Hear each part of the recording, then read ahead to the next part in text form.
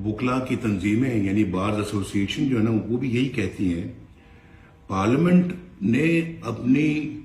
राय का इजहार कर दिया है और फिर पार्लियामेंट ने तो अभी बिल भी पास कर दिया है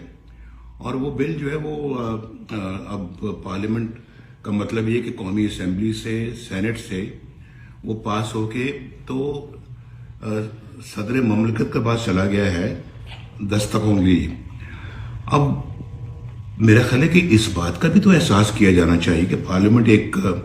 मुल्क का सबसे बड़ा इदारा है, तो उसकी जो अपना एक सैंक्टिटी है उसको भी मेरा ख्याल है कि रिस्पेक्ट मिलनी चाहिए। तो अटॉर्नी जनरल ऑफ पाकिस्तान ने कह दिया है, जो पाकिस्तान के अंदर मेजॉरिटी जो जजेस हैं उन्होंने भी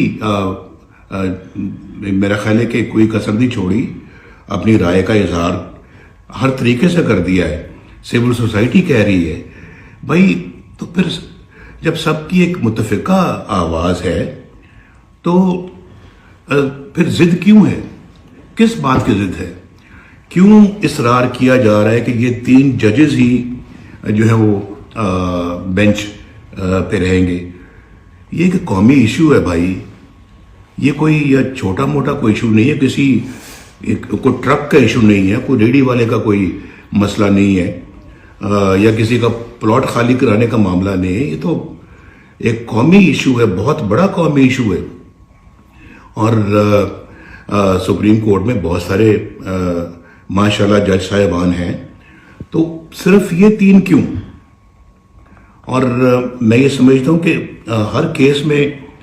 ये 3 लोग आगे आ जाते हैं और पाकिस्तान की तकदीर के फैसले करते हैं। भाई 2017 में भी